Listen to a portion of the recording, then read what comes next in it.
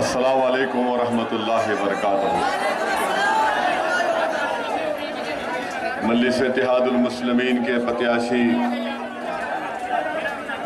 अंजार नईमी साहब, मासूम रजा साहब,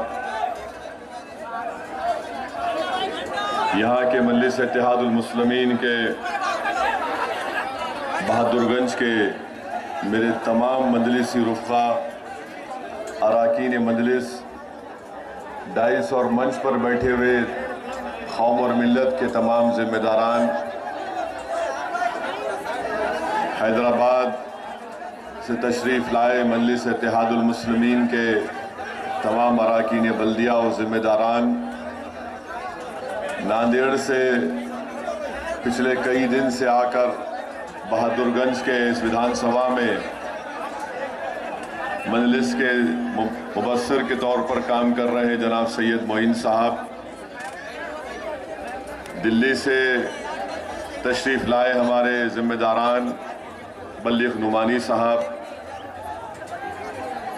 महाराष्ट्र औरंगाबाद से तशरीफ़ लाए नासिर सिद्दीकी साहब, अयूब साहब, और हमारे औरंगाबाद के मजलिस के कॉरपोरेटर वो औरंगाबाद के मशहूर दलित समाज के लीडर भी यहाँ पर आए हैं जनाब अली बाहू साहब। मोअज़्ज़िज़ हाज़रीन इकराम, मेरी इज़्ज़तदार माँ और बहनों, मैं आप तमाम का शुक्रगुज़ार हूँ कि आपने अपना कीमती वक्त निकाल कर आज के इस इलेक्शन की जनसभा में आपने शिरकत की।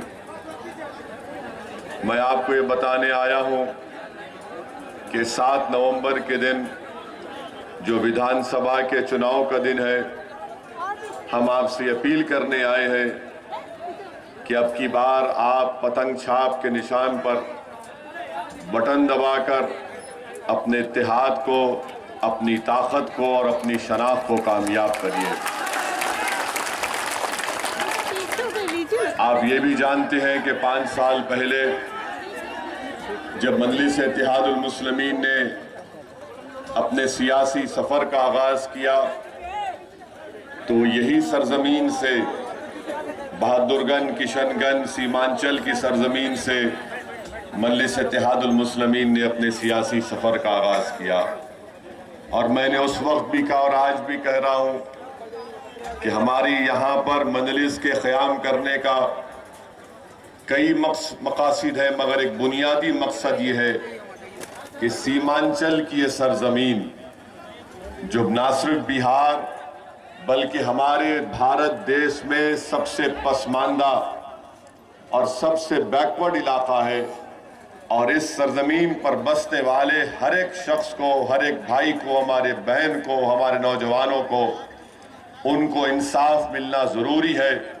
ये मजलिस इत्तेहादुल मुस्लिमीन की जद्दोजहद और मजलिस इत्तेहादुल मुस्लिमीन की कोशिश है कि सीमांचल की जनता को इंसाफ मिले। और अल्हम्दुलिल्लाह आपने देख लिया कि किशनगंज का असेंबली का इलेक्शन हुआ, बाई इलेक्शन का आज से 10 महीने पहले, तो वहाँ पर मजलिस इत्तेहादुल मुस्लिमीन ने उस इलेक्शन में कामयाबी हासिल की और वहाँ पर जनाब क़मरुल हुदा साहब को किशनगंज की जनता ने अपना विधायक, अपने एमएलए बनाकर बिहार की विधानसभा में भेजा। और मैं आपके बात बताना ज़रूरी समझता हूँ कि किशनगंज से जब क़मरुल हुदा हमारे एमएलए बनकर कामयाब हुए, 10 महीने में क़मरुल हुदा साहब ने किशनगंज विधानसभा में 5 करोड़ के काम मुकम्मल करवा दिए विकास के, और अभी 60 करोड़ के काम चल रहे हैं, ज़ेरे दौरान है। क़मरुल हुदा साहब ने 10 महीने में करीब 60 ट्रांसफार्मर, उसका कैपेसिटी थी उसको बढ़ाकर 100 केवी और 65 केवी से ज्यादा नए ट्रांसफार्मर को लगाया, वहां पर नस्ब किया। ये सिर्फ 10 महीने में मजलिस इत्तेहादुल मुस्लिमीन के एमएलए ने किशनगंज की विधानसभा में काम किया है और मैं आपसे वादा कर रहा हूं कि यहां से आप मजलिस इत्तेहादुल मुस्लिमीन के उम्मीदवार जनाब अंजर नईमी साहब को कामयाब करिए। तो जिस तरह किशनगंज में 10 महीने में हमने काम करके दिखाया, इंशाअल्लाह ताला यहां से मजलिस के एमएलए जीतने के बाद उसी तरीके से बल्कि उससे अच्छा इंशाअल्लाह ताला बहादुरगंज में काम करवाया जाएगा। आपको ये बात बताना मैं जरूरी समझता हूं कि बहुत से लोग हमसे पूछते हैं कि क्या आप सत्ता में आएंगे, क्या आपका विधायक मंत्री बनेगा। हम आपको बता रहे हैं कि हमारा मकसद जीत कर सत्ता में हासिल करना नहीं है। हमारा मकसद यह है कि जब ये गरीब जनता धूप में निकलकर 5-5, 6-6 घंटे लाइन में खड़े होकर किसी पार्टी को वोट डालती है, तो हमारा पहला मकसद यह है कि उस जनता से इंसाफ किया जाए, उस जनता के जज्बात और उनकी तकालीफ को दूर किया जाए। मेरा मकसद मिनिस्टर बनना नहीं है। मैं इंशाअल्लाह ताला अपनी जिंदगी में कभी भी इख्तिदार या वो मंत्री संतरी का मुझे शौक नहीं है। मैं गरीबों के दिलों में अपनी जगह बनाना चाहता हूं और वो बनाकर रहूंगा इंशाअल्लाह। हाँ, जिनको सत्ता मिली उन्होंने बहादुरगंज के लिए क्या किया हमको बताओ। 25 साल से बहादुरगंज की जनता ने कांग्रेस को वोट दिया। 2000 से यहां से कांग्रेस का विधायक एमएलए जीत कर आ रहा है। अब उनको जवाब देना है बहादुरगंज की जनता को कि तुमने बहादुरगंज के इन गरीबों के लिए, इन जनता के लिए इस कॉन्स्टिट्यूंसी में विकास का क्या काम किया। मैं तौसीफ साहब का नाम लेकर उनसे पूछना चाहता हूं कि 5 तारीख से पहले, 5 नवंबर से पहले जनाब तौसीफ साहब 20 साल से आपके पार्टी का एमएलए जीत रहा है। तुम 20 जो काम करे वो बहादुरगंज की जनता को दिखा दो। तुम जो 20 काम जो तुमने किए वो बताओ हमको। तुमने कुछ नहीं किया और ये कहते हैं सत्ता में ओवैसी आएगा क्या। ऐ जालिमों, याद रखो, तुम इख्तिदार और सत्ता की बात करते हो। अगर तुमको लगता है कि सत्ता में आने से कुछ फायदा होगा तो यकीनन हम उस बारे में सोचेंगे, मगर एक बात याद रखो, ओवैसी की गरीबी में शाही है, तुम मेरी शाही का मुकाबला नहीं कर सकोगे। हां, तुम सत्ता में रहे, बताओ आरजेडी के साथ तुम सत्ता में रहे, तुमने क्या किया बहादुरगंज के लिए। क्या तुम सत्ता में नहीं थे? क्या तुमने 5 साल पहले नीतीश कुमार, आरजेडी और कांग्रेस ने मिलकर गठबंधन बनाया और मुझ पर इल्जाम लगाया कि ओवैसी और कटवा है। मैं तुमसे पूछना चाह रहा हूं, क्या तुमने 2 साल तक नीतीश कुमार और आरजेडी साथ नहीं थे? तो बताओ तुमने उसमें क्या क्या काम किया बहादुरगंज के लिए। तुम्हारे पास दिखाने को कुछ नहीं है, सिर्फ डराना चाहते हैं बहादुरगंज की जनता को कि ओवैसी आएगा तो फुला हो जाएगा। बीजेपी का डर दिखाना चाहते हैं। हां, मैं बहादुरगंज की जनता के दरमियान में खड़े होकर कह रहा हूं कि मजलिस इत्तेहादुल मुस्लिमीन का एक एक रुकन सिर्फ अल्लाह से डरता है और उनके दिलों में गरीबों से एक मोहब्बत और दर्द का जज्बा है। इसके सिवा ना हम कांग्रेस के राहुल से, ना बीजेपी के मोदी से, ना बिहार के मुख्यमंत्री नीतीश से, ना आरजेडी के लालू से या उनके परिवार से, हम किसी से नहीं डरते, ना कभी डरेंगे इंशाअल्लाह। एक किशनगंज का एमएलए जीत कर गया, खमरुल हुदा जीत कर गया, तो 10 महीने में 5 करोड़ के विकास के काम करवा दिए, 60 करोड़ के काम चल रहे हैं। अरे इसको ताकत बोलते हैं, इसको ताकत का इस्तेमाल करने का तरीका बोलते हैं। तुम 20 साल से बहादुरगंज के जनता ने आपको विधायक बनाया, एमएलए बनाया, आपने क्या किया? 20 काम दिखाओ। जब हमारे बहादुरगंज के नौजवान लॉकडाउन के दौरान मुल्क के, भारत के कोने कोने से लॉकडाउन में यहां पर आ रहे थे, यहां पर क्वारंटाइन सेंटर में उन पर तंग किया जा रहा था, तो कहां थे तौसीफ साहब? आप तो गायब हो गए, आप नजर नहीं आए। सैलाब आता है, बाढ़ आती है, आप गायब हो जाते हैं।